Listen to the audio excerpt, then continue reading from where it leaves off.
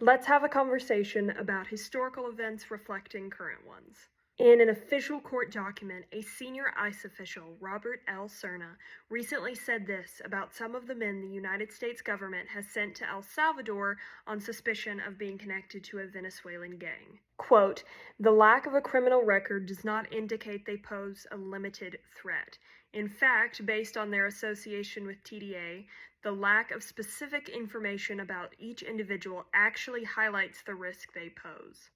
I had intended to talk about the importance of autobiographies and memoir when talking about history today, but this development really caught my eye because it reminded me of something I had learned when reading George Takei's graphic novel, They Called Us Enemy, which talks about his experience of being moved to and living in an internment camp during World War II due to his Japanese heritage. So, we know how the Alien Enemies Act, which is currently being invoked by the United States, set a legal precedent that allowed for the unjust internment of Japanese Americans during World War II.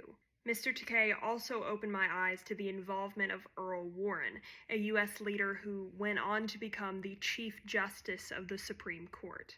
Warren said in an official testimony following Pearl Harbor, quote, "The only reason that there has been no sabotage or espionage on the part of Japanese Americans is that they are waiting for the right moment to strike."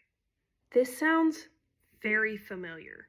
Basically, there is no evidence that these citizens have done anything wrong, and that is evidence that they are planning something big. I learned that much of the rhetoric surrounding the justification of Japanese and Japanese American internment hinged on racial stereotypes.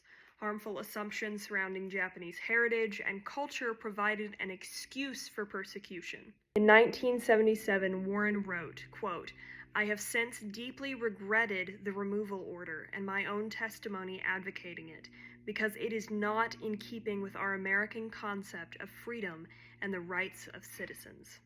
Mr. Takei is not only a celebrated actor, probably best known for his role in Star Trek, he is also an incredible author, and in this graphic novel, he tells a powerful story about a very dark chapter in American history. There's another point from this book that is very relevant right now, and I plan to discuss it in my next video.